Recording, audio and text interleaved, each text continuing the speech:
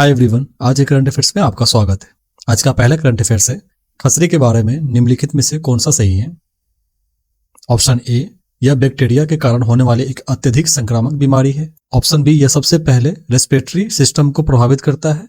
या option C, यह संक्रमित व्यक्ति को सांस लेने और खांसने के माध्यम से नहीं फैलता है। इसका सही जवाब हो जाएगा ऑप्शन बी, यह सबसे पहले रेस्पिरेटरी सिस्टम को प्रभावित करता है। न्यूज में था कि अमेरिकी सरकार ने आधिकारिक तौर पर बताया कि पश्चिमी टेक्सास में खसरे के एक बच्चे की मौत हो गई है, जो 10 वर्षों में अमेरिका में संक्रमित होने से पहली मौत है। खसरे का प्रकोप पिछले महीने शुरू हुआ। यह ग्रामीण मेनोनाइट समुदाय में केंद्रित है, जहां बच्चों का अक्सर टीका नहीं लगाया जाता है। इस समुदाय का नाम डच पादरी मेनो सिमांस के नाम पर रखा गया। ऐतिहासिक रूप से एनाबैप्टिस्टों को कैथोलिक और प्रोटेस्टेंट दोनों शासकों के द्वारा सताया गया था। इसी प्रकार कुछ लोग अभी भी सरकार पर संदेह करते और इसी कारण से मेनोनाइट समुदाय अपने बच्चों को टीका नहीं लगवाते। खसरा के बारे में जानते हैं। ये WHO के अनुसार खसरा एक अत्यधिक संक्रामक बीमारी है जो वायरस के कारण होता है। यह सबसे पहले रेस्पिरेटरी सिस्टम को प्रभावित करता है, जिसके लक्षणों में तेज बुखार, खांसी, नाक बहना और पूरे शरीर पर दाना निकलना शुरू हो जाता है। गंभीर संक्रमण जानलेवा भी हो सकता है और खसरा संक्रमित व्यक्ति को सांस लेने, खांसने या छींकने से फैलता है, लेकिन इसे टीकाकरण के द्वारा इसे रोका जा सकता है। खसरे से निपटने के लिए कौन सा पहल की गई थी? तो सबसे पहले 2001 में शुरू किया गया था जो मिजलिस और रूबेला इनिशिएटिव, इसको MR इनिशिएटिव कहा जाता है। American red cross, United nation foundation, centre for disease control and prevention के द्वारा, यूनिसेफ, WHO के द्वारा संचालित एक वैश्विक सैद्धांतिक रूप में इसका इनिशिएटिव लिया गया था। यह पहल सुनिश्चित करने के लिए कि कोई भी बच्चा खसरे से न मरे और जन्मजात रूबेला सिंड्रोम के साथ पैदा न हो। रूबेला के बारे में जानते हैं, जिसे रूबेला को जर्मन खसरा भी कहा जाता है। रूबेला एक संक्रामक, आमतौर पर हल्का वायरस वाला संक्रमण बीमारी है जो अधिकतर बच्चों और युवाओं में होता है। खसरे से भिन्न वायरस के कारण रूबेला खसरे से जितना संक्रामक गंभीर नहीं, मतलब रूबेला कम गंभीर है और खसरा ज्यादा गंभीर है। तो इस प्रकार से पहला मौत अमेरिका में हुआ जो 10 वर्षों में पहला मौत था, इसलिए न्यूज में था। अगला सवाल है, नवजात शिशु में सेप्सिस का मुख्य कारण कौन सा जीवाणु रोगाणु अर्थात बैक्टीरियल पैथोजन कौन सा है?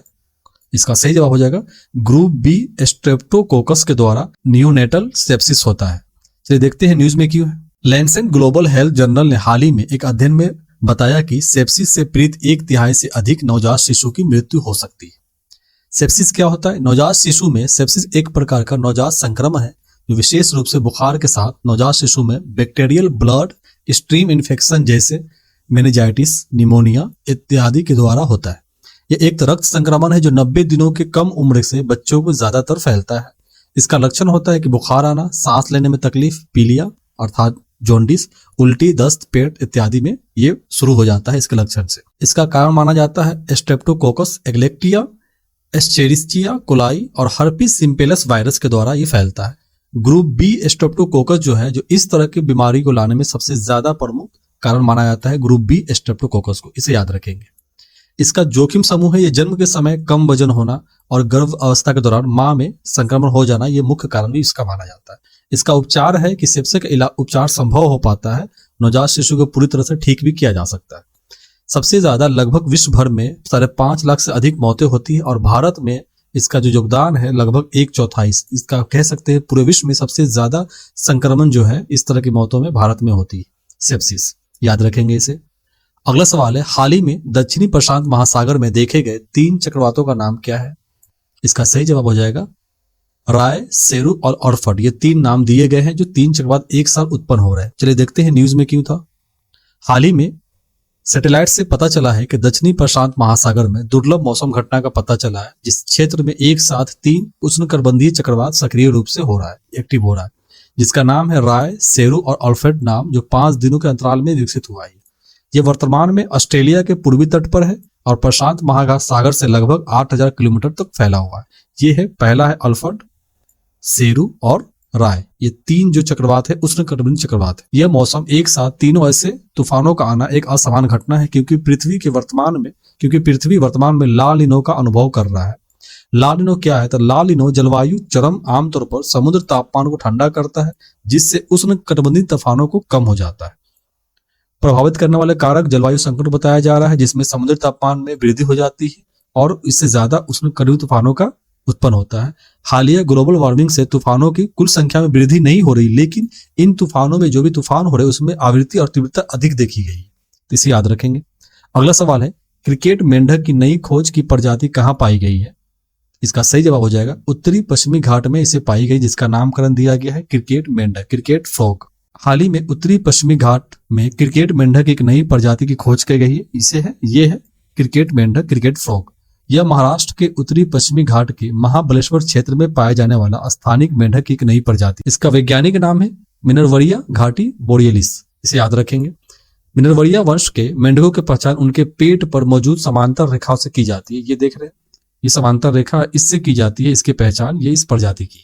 यह ठहरे हुए पानी या छोटे झरनों के पास अपना घोंसला बनाते हैं और बुलबुले जैसे आवाजें भी निकालते हैं। ये स्वरूप देखा गया है कि लंबे आकार का क्रिकेट मेंढक जिसकी लंबाई लगभग 2.5 इंच होती है। सामान्य प्रजाति इसी प्रकार से पुणे में 2019 में पाया गया था, जिसे मिनर्वरिया मराठी के नाम दिया गया था। इसे याद रखेंगे। इसी समान प्रजाति के 2 मेंढक पाए गए। 2025 में पाया गया है आपको उत्तरी पश्चिमी घाट में, और 2019 में पाया गया था पुणे में। अगला सवाल है, हाल ही में BRO प्रोजेक्ट स्थल पर हिमस्खलन कहाँ हुआ है? इसका सही जवाब हो जाएगा ये चमोली जिला के उत्तराखंड में हुआ हिमस्खलन।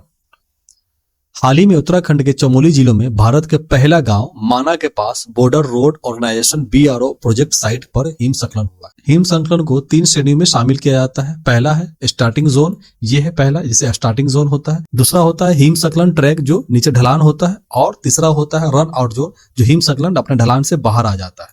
और इस तरह घटनाएं हुई चमोली में, चमोली जिला में। हिमस्खलन लगभग 30 डिग्री से अधिक ढलान पर होता है। जहां पे 30 डिग्री से ज्यादा ढलान हो जाता है वहां पे हिमस्खलन की घटनाएं और लैंडस्लाइड घटनाएं भी होती है। और इस तरह की घटनाएं ज्यादातर भूकंप या वहां पे असामान्य गतिविधियां होती है। जैसे हमारा पूरे हिमालय पर्वत जो है वो नवीन पर्वत है, ये नवीन पर्वतमाला है। पूरे हिमालय क्षेत्र में जहां भी इस तरह की रोड कनेक्टिविटी या वहां के जंगलों काटना या रोड बनाना या डैम बनाना, टनल बनाना, इस तरह घटनाएं से भी हिमस्खलन और लैंडस्लाइड घटनाएं होती रहती है। और हाल ही में जो हिमाचल प्रदेश में हुआ था हिमस्खलन, वही सिल्कियाना टनल जो कोलैप्स हुआ था, ये भी एक घटना है जो वहां पे अत्यधिक गतिविधियां हो रही, खनन हो रहा है, उसके द्वारा भी। वही जोशीमठ केस याद ही, वहां पर जमीन धंस गया था अंदर। वही हाल ही में केरल में हुआ था लैंडस्लाइड जो भारी बारिश के कारण और बाढ़ के कारण हुआ था। तो इस तरह की घटनाएं ज्यादातर हिमालयी क्षेत्र और पहाड़ी क्षेत्र में होता है, क्योंकि वहां पर अत्यधिक खनन और होती रहती है। मौसमी परिघटना के दौरान और मानव के द्वारा भी जो भी गतिविधियां की जाती है उसके द्वारा भी होती है। इसे याद रखेंगे। तो दोस्तों, अगर आज के करंट अफेयर्स पसंद आया है तो इसे लाइक करें और इस चैनल को भी सब्सक्राइब करें। चलिए कल के करंट अफेयर्स को रिवीजन करते हैं। कल का पहला करंट अफेयर्स था, सेबी के 11वें अध्यक्ष के रूप में किसे नियुक्त किया गया? इसका सही जवाब हो जाएगा तुहिन कांता पांडे को नियुक्त किया गया है 11वां अध्यक्ष। अगला सवाल था, चोलाइकन जनजाति मुख्य रूप से किस भारतीय राज्य में रहते हैं? इसका सही जवाब हो जाएगा ये केरल में रहने वाले भारतीय राज्य में, ये केरल में रहते हैं। अगला सवाल है, गोल्ड कार्ड किस मौजूदा अमेरिका वीजा को बदलने के लिए लाया गया है? इसका सही जवाब हो जाएगा EB-5 वीजा, जिसे employment based fifth reference visa भी कहा जाता है। नेक्स्ट क्वेश्चन था, किस मंत्रालय ने एक राष्ट्र एक बंदरगाह अर्थात वन नेशन वन पोर्ट और सागर आंकलन पहले शुरू किया है? इसका सही जवाब हो जाएगा बंदरगाह, जहाजरानी और राजमार्ग मंत्रालय के द्वारा इसे शुरू किया गया। अगला सवाल था, यूरोपीय आयोग क्या है? इसका सही जवाब हो जाएगा ये एक कार्यकारी शाखा है यूरोपीय संघ का, जो नीति निर्धारक और वहां के बजट मैनेजमेंट और सरकारी अंतर्राष्ट्रीय समझौते पे बहस और बात करते हैं। नेक्स्ट सवाल था, वैक्सी फ्लो क्या है? इसका सही जवाब हो जाएगा ये क्वाड्रिलिवेंट इन्फ्लुएंजा वैक्सीन है, जो इन्फ्लुएंजा वायरस के लिए बनाया गया है। अगला सवाल है, लोकपाल अध्यक्ष और उसके सदस्यों की नियुक्ति कौन करता है? ये भारत के राष्ट्रपति के द्वारा इसकी नियुक्ति होती है। दोस्तों, आज के वीडियो में बस इतना ही। अगर ये वीडियो पसंद आया इसे लाइक करें और अपने दोस्तों में भी शेयर करें और इस चैनल को सब्सक्राइब करें। तब तक के लिए stay focus and keep learning. Thank you and take care.